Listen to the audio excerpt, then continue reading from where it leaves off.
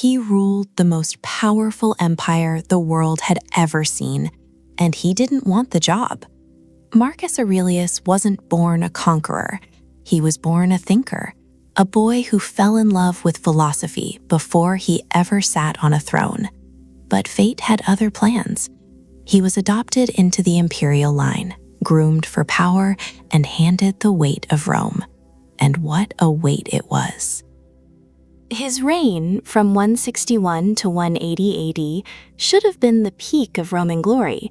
The empire was at its height.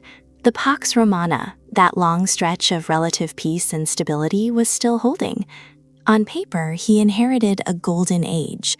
But what he actually inherited was chaos.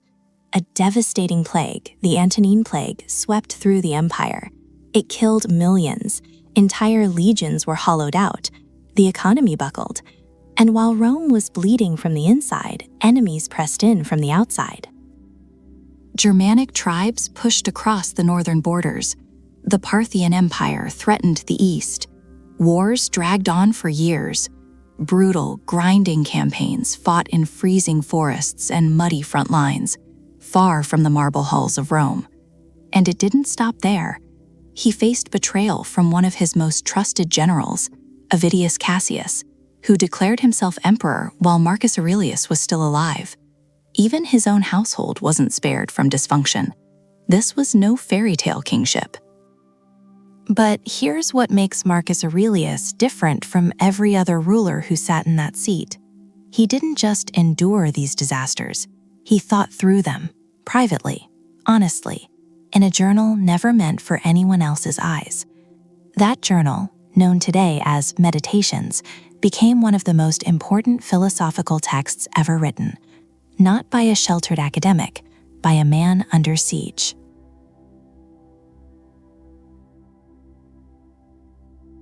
Marcus Aurelius held the most powerful title in the ancient world, Roman Emperor, commander of legions, ruler of millions, and yet he never once defines leadership by the power it grants.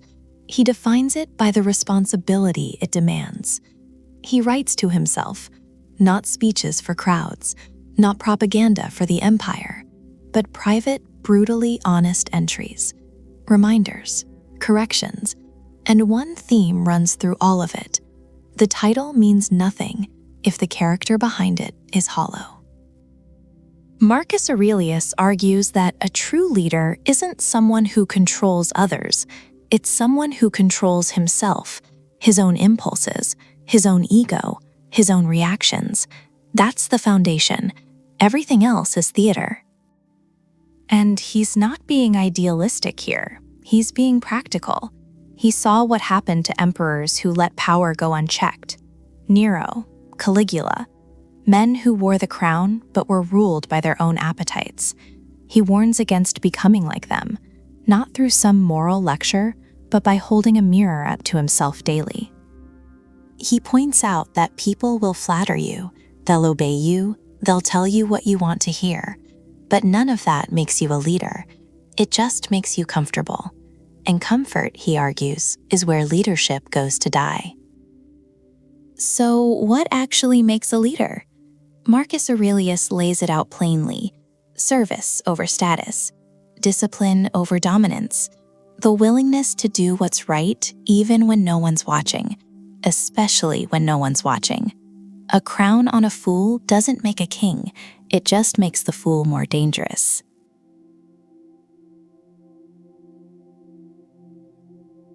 Marcus Aurelius doesn't sugarcoat it. People will talk behind your back. People you trusted will turn on you. That's not a possibility. It's a guarantee. And he knew this firsthand.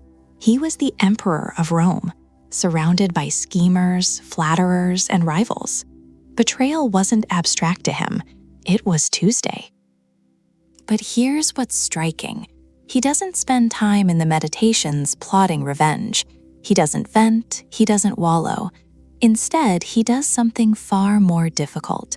He turns inward. He argues that when someone criticizes you or betrays you, your first job isn't to react. It's to ask yourself a brutally honest question. Are they right? Is there truth in what they're saying? Because if there is, the criticism is a gift, a painful one, but a gift. And if they're wrong, if it's slander, jealousy, or manipulation, he warns against giving it weight. Their words are just air. Their opinion lives in their mind, not yours. You only suffer from it the moment you agree with it. He points out something most people miss. The person who betrays you is acting out of ignorance. They don't understand what's truly good. They're confused, lost. And getting angry at a confused person, that's like getting angry at a sick person for coughing. Marcus Aurelius pushes this even further. He says, expect it. Every morning, remind yourself that you'll encounter dishonest, ungrateful, and treacherous people. Not to become cynical, but to stop being surprised, because surprise is what makes betrayal sting the most. He doesn't ask you to be passive. He asks you to be unmovable. There's a difference. You can still act, you can still set boundaries, but you do it without rage, without bitterness, from a place of clarity, not pain. That's the discipline. Not pretending it doesn't hurt, but refusing to let it own you.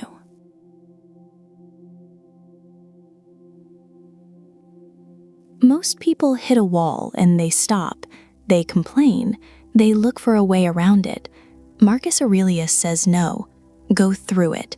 He argues that the impediment to action advances action. What stands in the way becomes the way. The thing you're running from, that's exactly where you need to be heading. Marcus Aurelius doesn't sugarcoat this. He was the emperor of Rome, the most powerful man in the known world, and he still had problems he couldn't escape.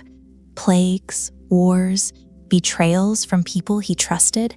He didn't get to opt out, and he makes it clear, neither do you. He points out that we don't control what happens to us, but we absolutely control how we respond. And that response, that choice, is everything. An obstacle is only an obstacle if you decide it is. He writes about this not as some abstract theory. This was his operating system. When Germanic tribes threatened Rome's borders, he didn't sit in his palace and wish things were different. He went to the front lines. He led. The obstacle was the way forward, literally. And here's what gives his perspective real weight. He wasn't writing for an audience. These were private journal entries, reminders to himself, which means he struggled with this too. He had to talk himself into facing hard things, just like everyone else. But he kept showing up. He kept choosing the harder path. Because Marcus Aurelius understood something most people never will. Avoidance doesn't remove the problem, it just delays it. And the delayed version is always worse. The obstacle doesn't disappear because you looked away, it grows. So stop running, turn around, face it.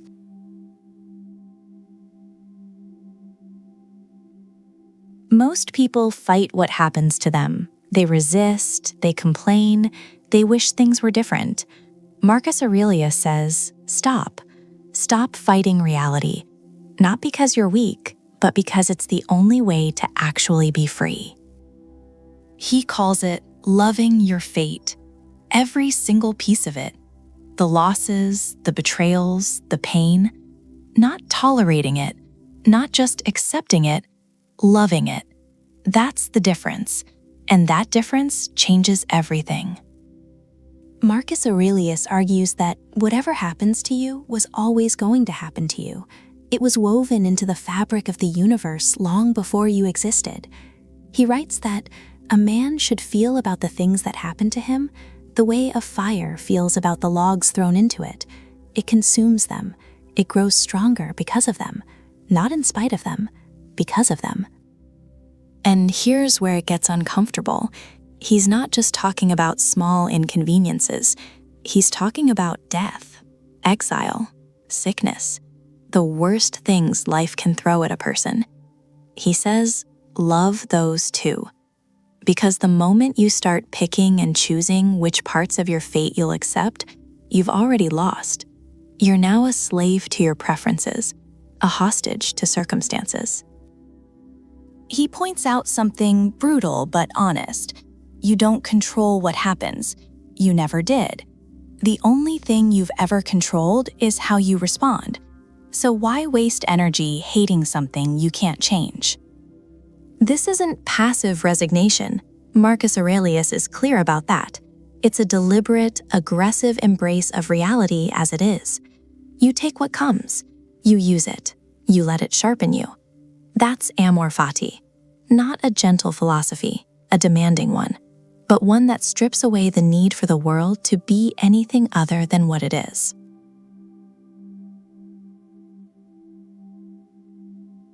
Marcus Aurelius doesn't ask you to be calm, he commands it. He writes, "Be like the cliff against which the waves continually break, but it stands firm and tames the fury of the water around it." That's not poetry, that's a blueprint. He's saying, the world will hit you, again and again.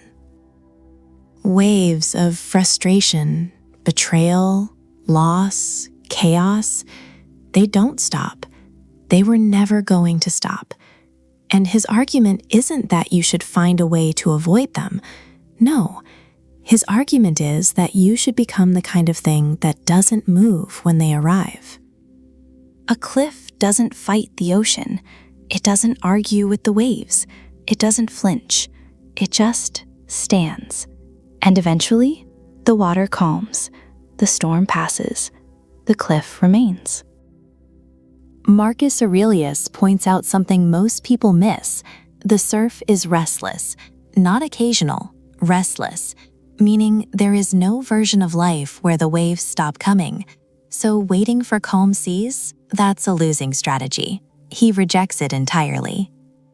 And here's the real weight of this idea. He wasn't writing this from some peaceful garden. He was emperor of Rome. Wars on every border, plague sweeping through his empire, advisors he couldn't trust, a son who would undo everything he built. The man was surrounded by chaos, and still, he chose stillness.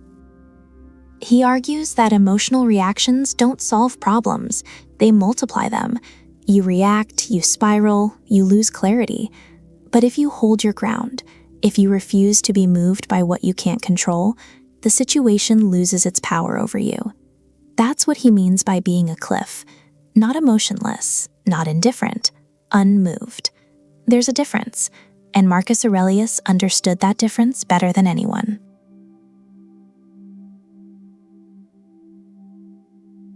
Marcus Aurelius makes one thing brutally clear. Happiness is not something you chase. It's not out there, in status, in wealth, in other people's approval. It never was. He argues that the source of a good life sits inside each person, not in circumstances, not in comfort, inside. And most people spend their entire lives looking in the wrong direction. Here is the thing I want you to understand about his perspective. He was the most powerful man in the known world, Emperor of Rome. He had everything, every luxury, every pleasure, every form of external validation a human being could want. And yet, he kept writing to himself that none of it mattered. Why? Because Marcus Aurelius believed that your mind is the only territory that truly belongs to you. Everything else, your reputation, your possessions, even your body, can be taken. But the way you think, the way you interpret what happens to you, that's yours. And that, he insists, is where happiness lives. He warns against tying your peace to anything outside your control, because the moment you do, you've handed your well-being over to something you can't guarantee, and that's a losing game every single time. So what does he suggest instead? He points out that happiness is a practice. And this isn't passive. It's not just think positive. Marcus Aurelius is far more demanding than that. He's saying, do the work, train your mind, Stop expecting the world to deliver something it was never designed to give you. The emperor didn't find peace in his palace. He found it in his journal, in his own thinking. That tells you everything.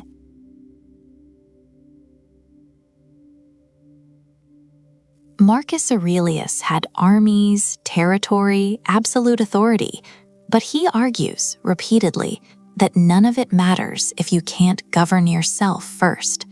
That's the foundation of everything he writes in Meditations. Not strategy, not politics, self-command. He makes this painfully clear.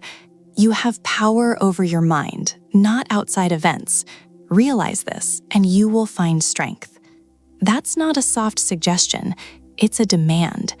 He's telling himself, and by extension, anyone who reads his words, that the battlefield that actually matters is internal. And he had every reason to lose that battle. The plagues, the wars, the betrayals, any one of those could have broken a lesser mind.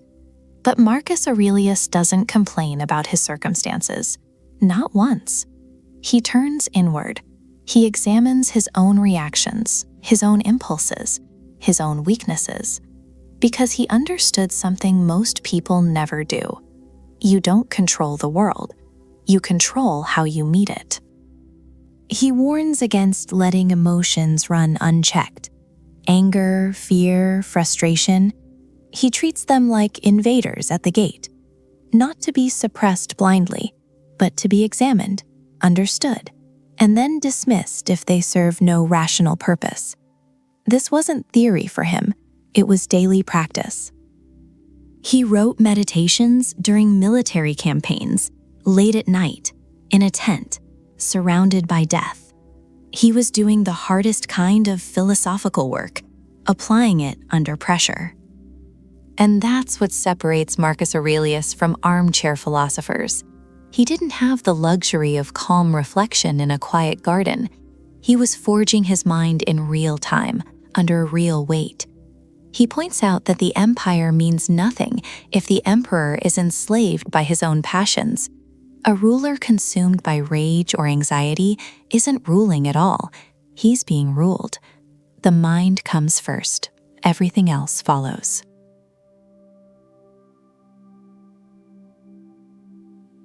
There's a concept Marcus Aurelius kept returning to. One word, sympatheia. It means universal interconnectedness. The idea that nothing in this world exists in isolation. Not people, not events, not even your thoughts. Everything is woven into everything else. And this wasn't some abstract, feel-good philosophy for him. It was a governing principle. Marcus Aurelius argues that the universe operates as a single living organism. Every part affects every other part, the way a hand serves the body, not for its own sake, but for the whole. He saw human beings the same way, connected, bound together, whether they liked it or not. He points out something uncomfortable here. When you harm someone else, you're harming yourself. When you withdraw from the world, you're cutting off a limb from the body you belong to. There's no opting out. You're part of the whole, and the whole includes you. But here's what makes this idea sharp. It's not just about compassion. It's about duty. Marcus Aurelius doesn't say, be kind because it feels nice. He says you are obligated to act for the common good, because that's what you are, a part of something larger. To act against that is to act against your own nature, and he holds himself to this standard ruthlessly. As emperor, he could have easily justified selfishness. He had the power, the resources, the excuses, but he argues the opposite. The more power you hold, the greater your responsibility to the whole. Sympatheia isn't a suggestion in his philosophy. It's a law, like gravity. You don't get to debate it. You just get to decide whether you'll live in alignment with it or suffer the consequences of pretending you're separate. You're not. None of us are.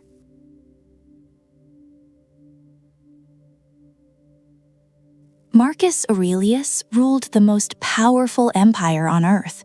He commanded legions. He held the power of life and death over millions, and yet he spent a staggering amount of time in his private journal telling himself to stay small. Not small in ambition, small in ego.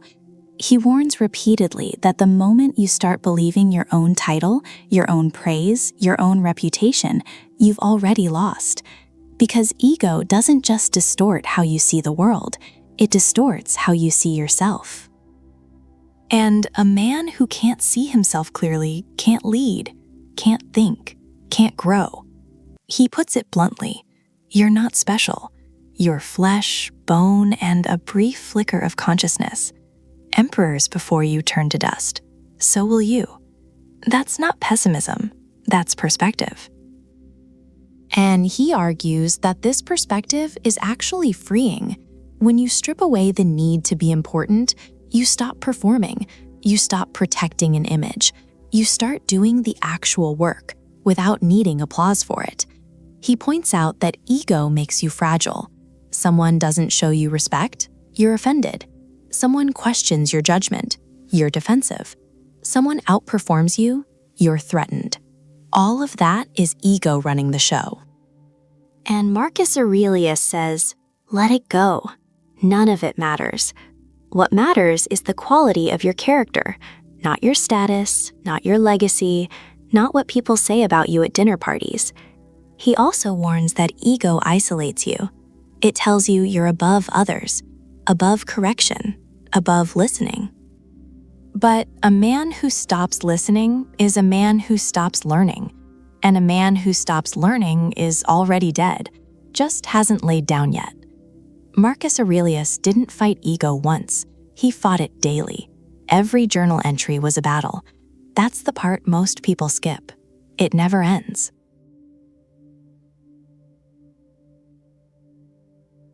Marcus Aurelius draws a hard line. There are things within your power, and there are things that aren't. Your job is to know the difference, and most people never do. He argues that the majority of human suffering comes from one place, fighting reality. People rage at the weather. They stress over what others think of them. They try to control outcomes that were never theirs to control, and it destroys them. Not the event itself, the resistance to it. Marcus Aurelius is blunt about this. He says people make themselves miserable by wanting the world to be something it's not. Someone cuts you off in traffic. Your flight gets canceled. A deal falls apart. None of that is in your hands. But your reaction? That's yours, completely. And he doesn't frame this as passive acceptance. That's a common misread.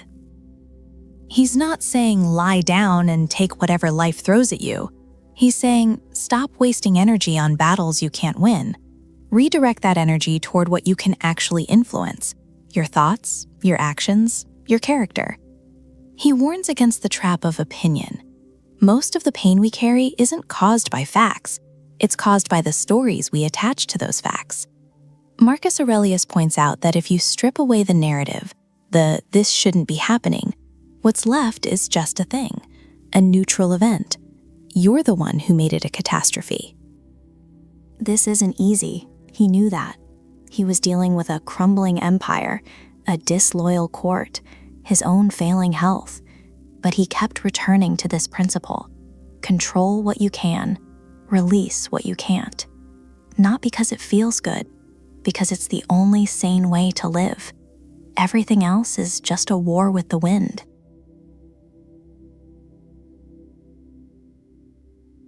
People will judge you. They'll misunderstand you. They'll reduce everything you are into whatever narrative suits them. Marcus Aurelius says, let them. It's not your problem. He argues that the opinions of others carry exactly as much weight as you give them. No more, no less. And most people give them far too much. They shape their entire lives around what someone else might think. They shrink, they hesitate, they abandon what they know is right just to avoid disapproval. Marcus Aurelius warns against this directly. He says it's a form of slavery. You hand over control of your inner world to people who don't even know what's going on inside their own. That's the real cost, not embarrassment, not rejection. And he goes deeper. He points out that most people's opinions aren't even really about you. They're reflections of their own fears, their own limitations, their own unresolved battles. Someone calls you foolish, that says more about their understanding than yours. Someone dismisses your effort, that reveals their standards, not your worth. So what does he suggest? Simple. Do what's right.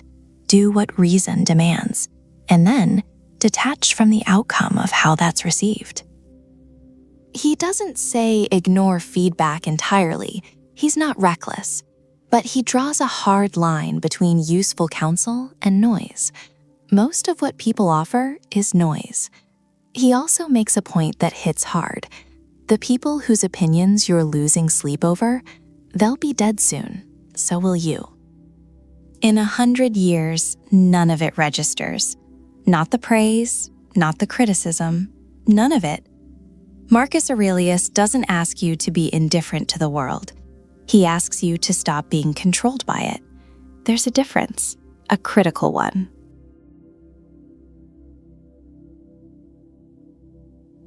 Marcus Aurelius believed in a fortress, not one made of stone or iron, one built inside the mind. He writes, "Retreat into yourself. The rational principle which rules has this nature.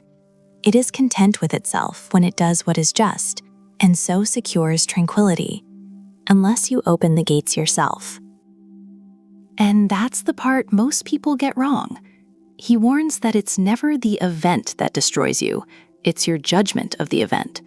Someone disrespects you, that's external, but the anger you feel, that's yours. You built it, you chose it, and Marcus Aurelius says you can unchoose it. He argues that emotional discipline isn't about suppression, it's about separation, separating what happens to you from what happens inside you. The outside world is chaos, always has been, but the inner world, that's your territory. That's the one place you have complete authority. And he doesn't treat this as optional, he treats it as survival. Because a man who can't govern his own mind will be governed by everything else. Other people's opinions, random events, fear, desire, all of it pulling him in directions he never chose. So he built walls, not around his empire, around his thinking. Every morning, every journal entry, every reflection was another brick in that citadel. He practiced this daily, not because it was easy, because it was necessary. Marcus Aurelius makes one thing brutally clear. The world will never stop reaching for your peace. So you either build something strong enough to protect it, or you lose it every single time.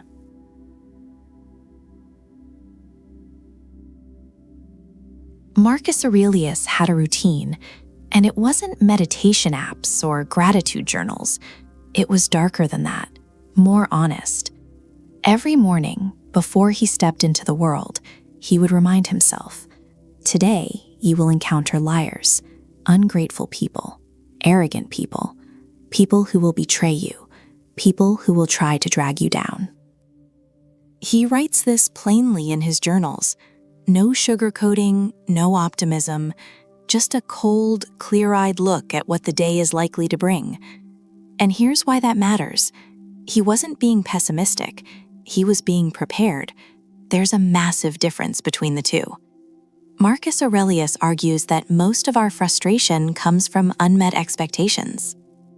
You walk into the day expecting people to be fair, expecting things to go smoothly, and when they don't, you're rattled, you're angry, you're thrown off course. But if you've already accepted that difficulty is coming, it loses its power over you. That's the move. He didn't hope the day would be easy, he assumed it wouldn't be. And that assumption gave him something most people never have, a head start on his own reactions. He points out that these difficult people aren't acting out of evil, they're acting out of ignorance. they don't know any better. And once you understand that, the anger fades. Not because you're weak, because you're clear. So his morning wasn't about motivation. It was about mental armor. He suited up before the battle, not after the first blow landed. And this is what separates Marcus Aurelius from cheap positivity. He doesn't tell you the world is beautiful and everything will work out.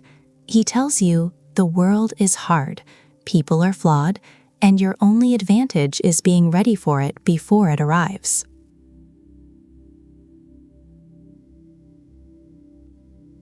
Most people think Meditations was written for the world.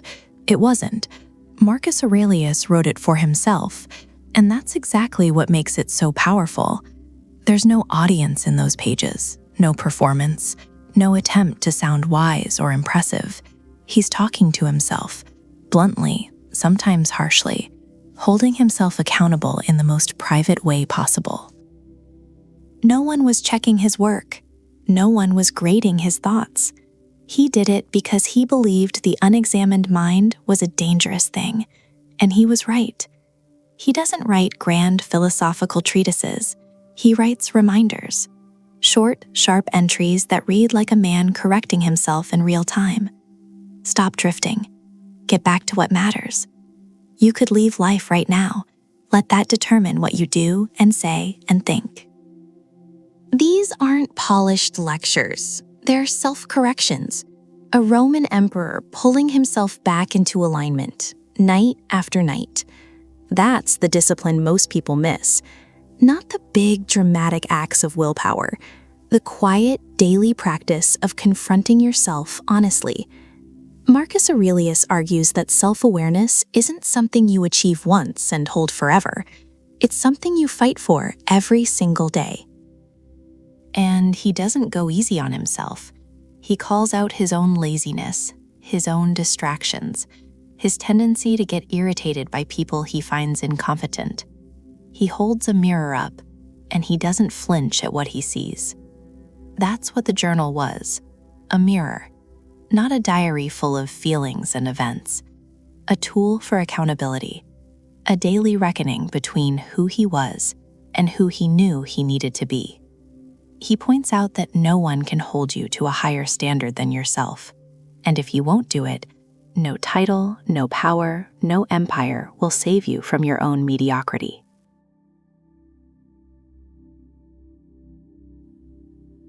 There's a line Marcus Aurelius writes that cuts straight through centuries of masculine posturing. He says it plainly, it is not manly to be angry. Gentleness and calm are more human, more masculine, more powerful. That's a Roman emperor talking, a man who led armies, a man surrounded by war, betrayal, and political scheming every single day. And his position on anger? It's weakness. Marcus Aurelius argues that anger is not strength. It's a loss of control, and a man who cannot control himself has no business controlling anything else. He doesn't dress this up. He states it like a fact, because to him, it is one. He warns that anger feels powerful. That's the trap. It floods your body, sharpens your voice, makes you feel like you're doing something. But you're not. You're reacting. And reacting without reason is what animals do. Not leaders, not thinkers, not men who want to live with purpose. And he goes further. He points out that the angry man punishes himself more than anyone else. You lose sleep, you lose clarity, you say things that can't be unsaid. You damage relationships that took years to build, in seconds, all because you couldn't sit with discomfort for a moment longer. Marcus Aurelius doesn't argue for passivity. That's a critical distinction. He's not saying lie down and accept everything. He's saying respond, but with reason, with control, with intention. Anger removes all three. He holds this up as a measure of real character.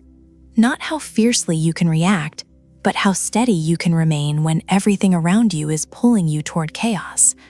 Rage is easy. Any fool can rage. But staying calm when you have every reason not to, That takes something most people never develop.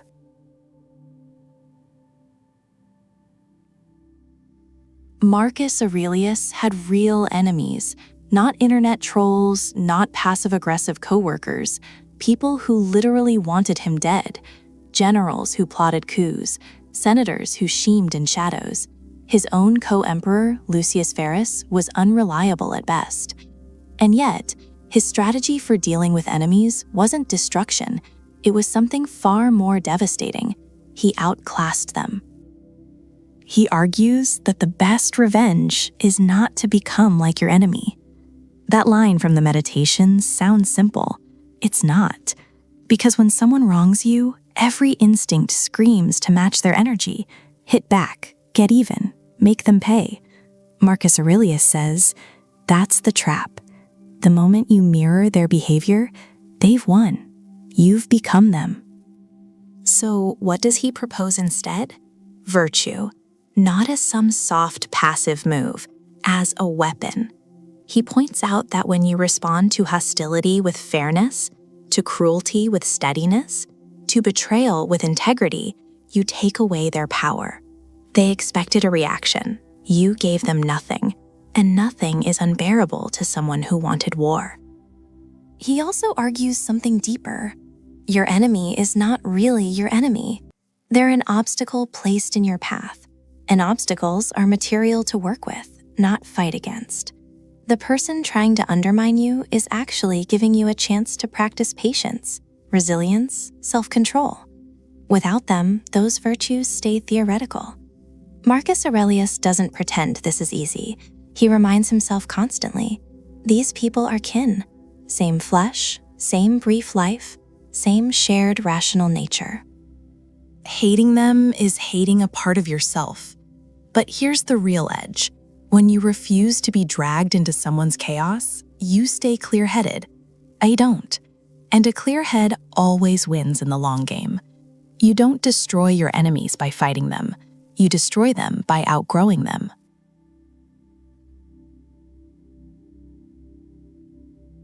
Marcus Aurelius never asks for an easy life. He asks for the strength to endure a hard one. And he goes further than that. He argues that misfortune isn't just something to survive, it's something to use. He makes a striking comparison. Fire takes whatever you throw into it, trash, scraps, debris, and turns it into fuel, into heat, into light. Marcus Aurelius says a strong person does the same with hardship. You don't crumble under it, you convert it. That difficulty you didn't ask for, it becomes the thing that sharpens you. And he's not speaking from comfort. His reign was defined by crisis. The Antonine Plague killed millions. Wars dragged on for years. He buried multiple children.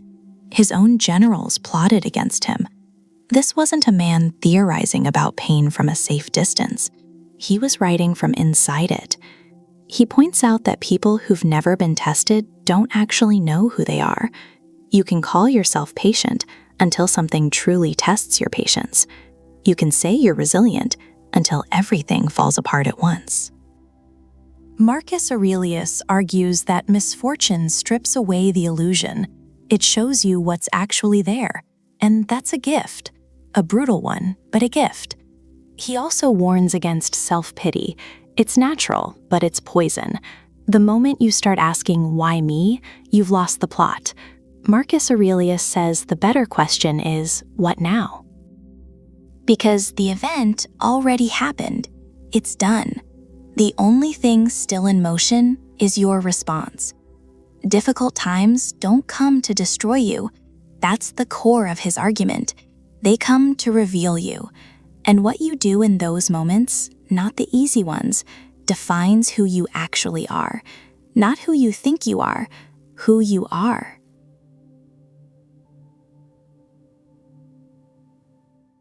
Every morning, before his feet hit the ground, Marcus Aurelius prepared himself, not with affirmations, not with optimism, with reality.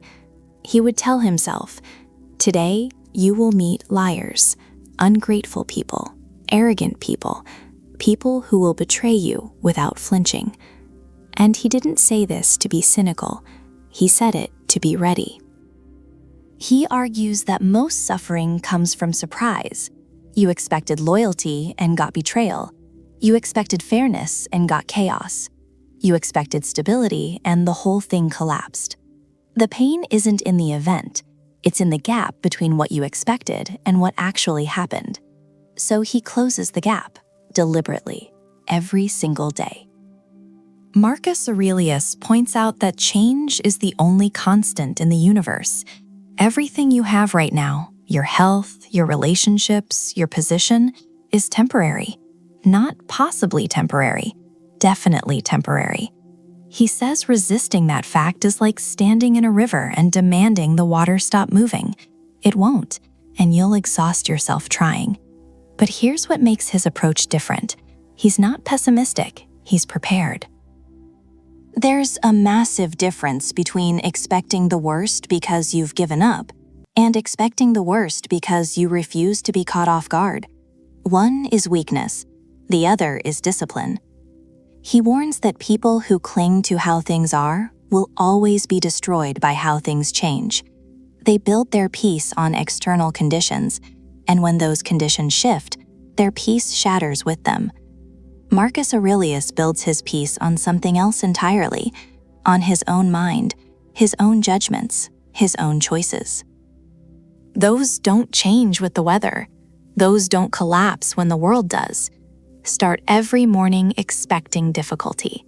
Not to suffer more, but to suffer less. That's the practice. That's the discipline.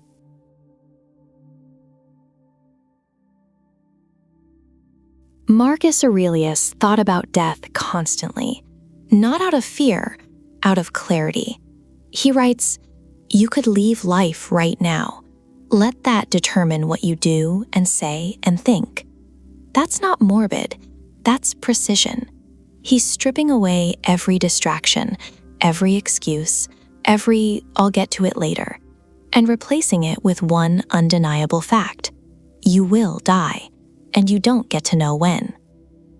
He doesn't use death as a threat. He uses it as a lens, a way to see what actually matters.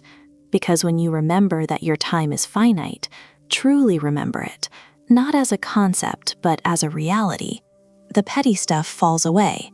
The grudge you're holding, the argument you won't let go of, the thing you keep postponing, none of it survives contact with death. And Marcus Aurelius pushes this further than most.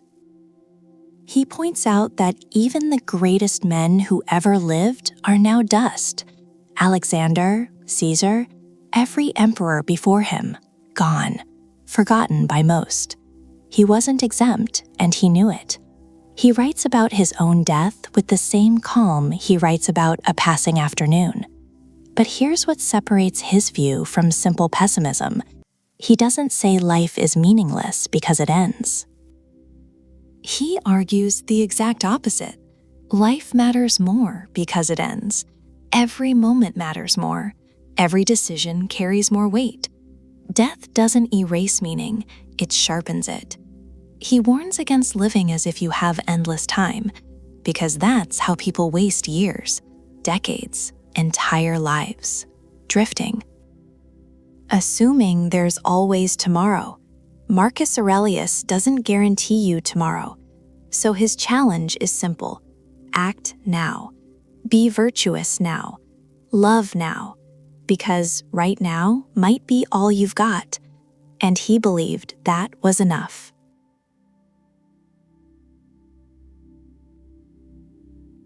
In his book, Meditations, Marcus Aurelius says, "I have often wondered how it is that every man loves himself more than all the rest of men, but yet sets less value on his own opinion of himself than on the opinion of others." Marcus Aurelius doesn't just make a point here. He exposes a contradiction so deep, so embedded in human behavior, that most people never even notice it. Think about it. You'd die for yourself before you'd die for a stranger.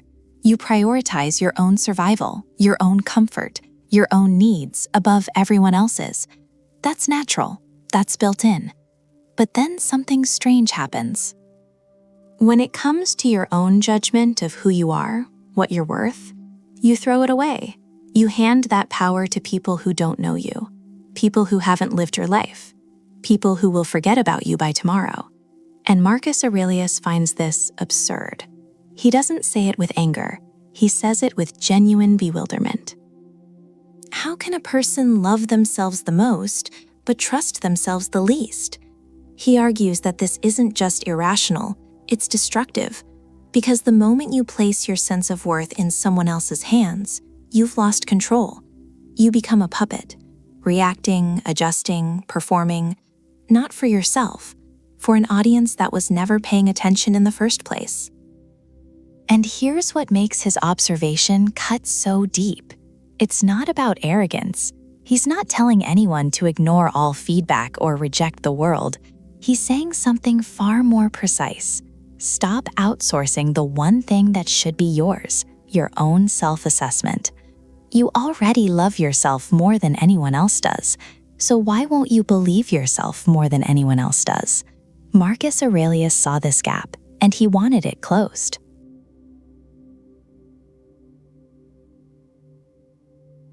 Marcus Aurelius makes a statement that sounds almost too simple, too obvious, but sit with it for a moment. Give yourself a gift, the present moment. He doesn't say wealth, doesn't say power, doesn't say legacy. The gift, the only one that actually matters, is now. That's it. And he means it literally. He's telling you that presence isn't just some passive state of being. It's something you actively give yourself, a deliberate act, a choice. And most people never make that choice. They're somewhere else, always.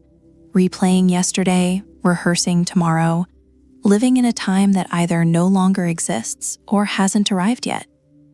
Marcus Aurelius saw this clearly, even as the most powerful man in the Roman Empire, surrounded by wars, political scheming, and the weight of an entire civilization on his shoulders.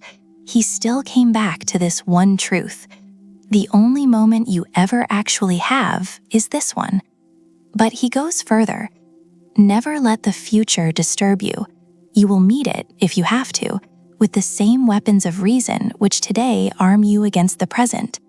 He warns against borrowing trouble from tomorrow, and notice the precision of his language, if you have to. He's pointing out that half the futures people dread never even happen. They suffer twice, once in their mind, and sometimes again in reality. But Marcus Aurelius argues that even if the worst does come, you won't face it empty-handed. You'll carry the same rationality, the same discipline, the same clarity you're using right now. So why waste this moment fearing the next one? He's not asking you to ignore the future. He's asking you to stop living there. There's a difference, a big one. And that difference, that's where your peace is.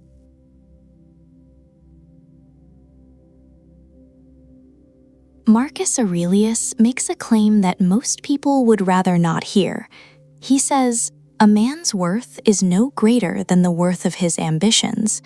Not your talent, not your income, not your reputation, your ambitions. That's what he uses as the measuring stick. And he's not talking about ambition the way we typically think of it, climbing ladders, chasing status, accumulating more. He's talking about something deeper. What do you actually aim at? What are you orienting your life toward? That, he argues, is what defines you.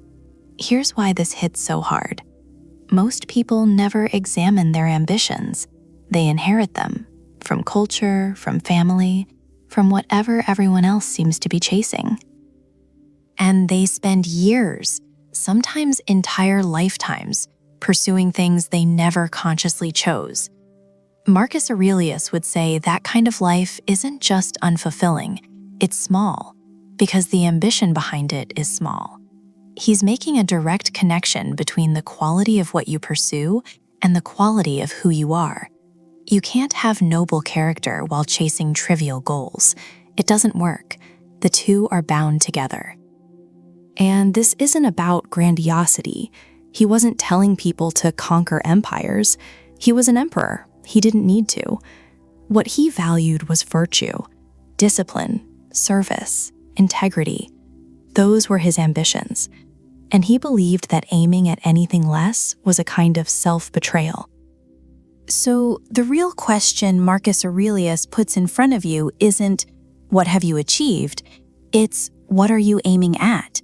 Because if the target is wrong, every hit is still a miss. He doesn't care how hard you're working. He wants to know, what are you working toward? That answer, he argues, tells you everything.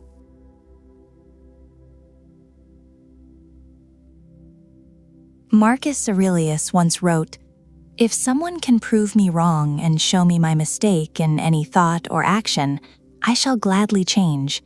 I seek the truth, which never harmed anyone. The harm is to persist in one's own self-deception and ignorance." Slowly. This isn't some low-ranking official trying to sound humble. This is the most powerful man in the Roman Empire, saying he'd gladly be corrected by anyone. And he meant it.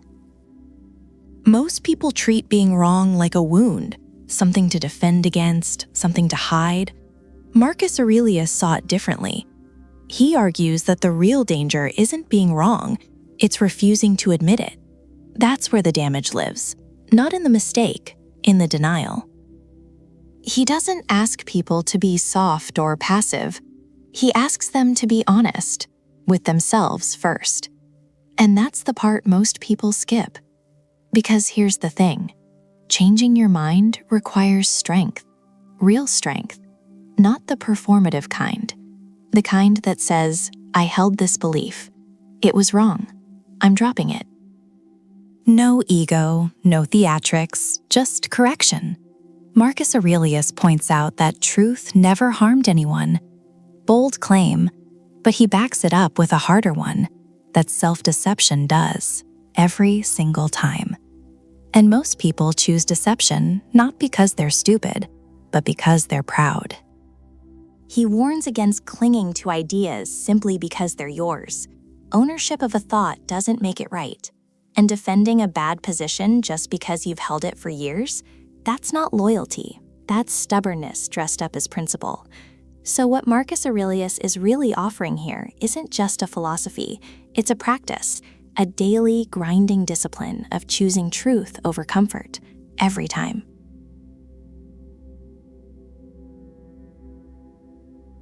In his book, Meditations, Marcus Aurelius wrote, "Concentrate every minute, like a Roman, like a man, on doing what's in front of you with precise and genuine seriousness, tenderly, willingly, with justice, and on freeing yourself from all other distractions." Marcus Aurelius doesn't ask for perfection here. He asks for presence, and there's a massive difference. He's saying, do the thing that's right in front of you, not tomorrow's problem, not yesterday's regret. What's here? What's now? That's the task. That's the only task. But look at the words he chooses. Precise and genuine seriousness. He's not talking about grinding yourself into the ground. He's not talking about brute force. He's talking about care, attention. Doing the work like it actually matters, because to him, it does. And then he adds something most people skip over, tenderly, willingly. Marcus Aurelius argues that discipline without willingness is just suffering with extra steps. You have to bring yourself to the task, fully, voluntarily, not dragging your feet, not resenting the effort, but showing up because you chose to show up. He also insists on justice. Every action, no matter how small, should be grounded in what's right, not what's easy, not what's rewarding, what's right. And the last part, freeing yourself from all other distractions, that's where most people fail. Not because the work is hard, but because they can't stop looking sideways. They can't stop reaching for the thing that feels urgent but isn't important. Marcus Aurelius warns against this split attention. A mind divided accomplishes nothing of substance. He points out that focus isn't just a productivity tool, it's a moral act. When you give something your full attention, you honor it. That's what it means to be like a Roman. Not conquering the world, conquering the moment.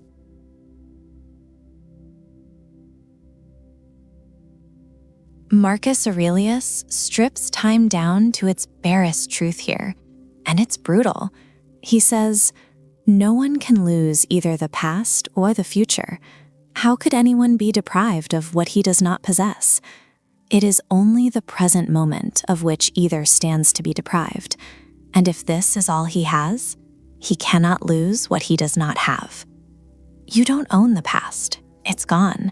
You can replay it, regret it, romanticize it, but you can't hold it. It's not yours anymore. You don't own the future either. It hasn't arrived. You can plan for it, fear it, obsess over it, but you can't touch it. It doesn't exist yet. So what do you actually have? This moment, right now. That's it. And Marcus Aurelius points out something most people refuse to sit with. If the present is all you truly possess, then the present is all you can ever lose. Nothing else.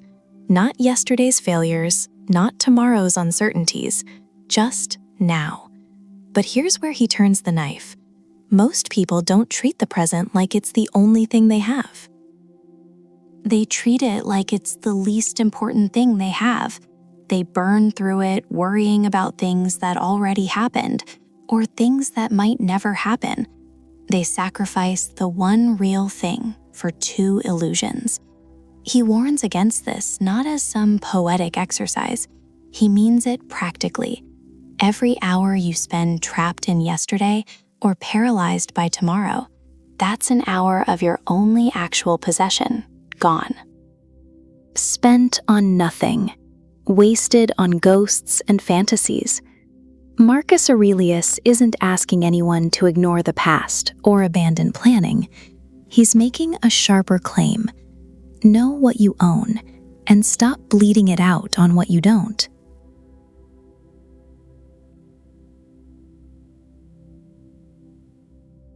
Marcus Aurelius wasn't just a philosopher who happened to write well.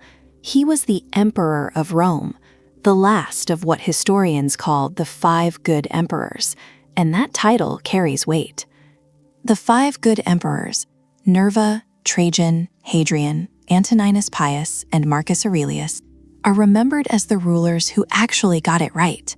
They governed with competence, with restraint, with a genuine sense of duty to the people they led. Rome thrived under them. It was stable, it was expanding, it was functioning the way an empire should. And Marcus Aurelius stood at the end of that line, the last one. But here's what makes his reign different from the others. He didn't rule during easy times. The empire was under siege, literally. Plague swept through the population. Wars pressed in from the borders. Political enemies circled. The infrastructure of Roman power was starting to crack beneath his feet. He didn't inherit peace. He inherited a crisis. Multiple crises, actually. And he held it together, not through tyranny, not through fear, through discipline. Through principle, through the philosophy he lived by every single day. And that's the part people miss. His Stoicism wasn't theoretical. It wasn't something he studied for fun. It was the operating system he used to run an empire under pressure. Every decision filtered through it. Every hardship endured because of it. After him, Rome changed. His son Commodus took the throne, and the era of good governance ended, sharply. What followed was instability, corruption, and decline. So when we read Marcus Aurelius today, we're not just reading a philosopher, we're reading the last great Roman leader before things fell apart, a man who carried the weight of civilization on his shoulders and still sat down at night to write about how to be a better person.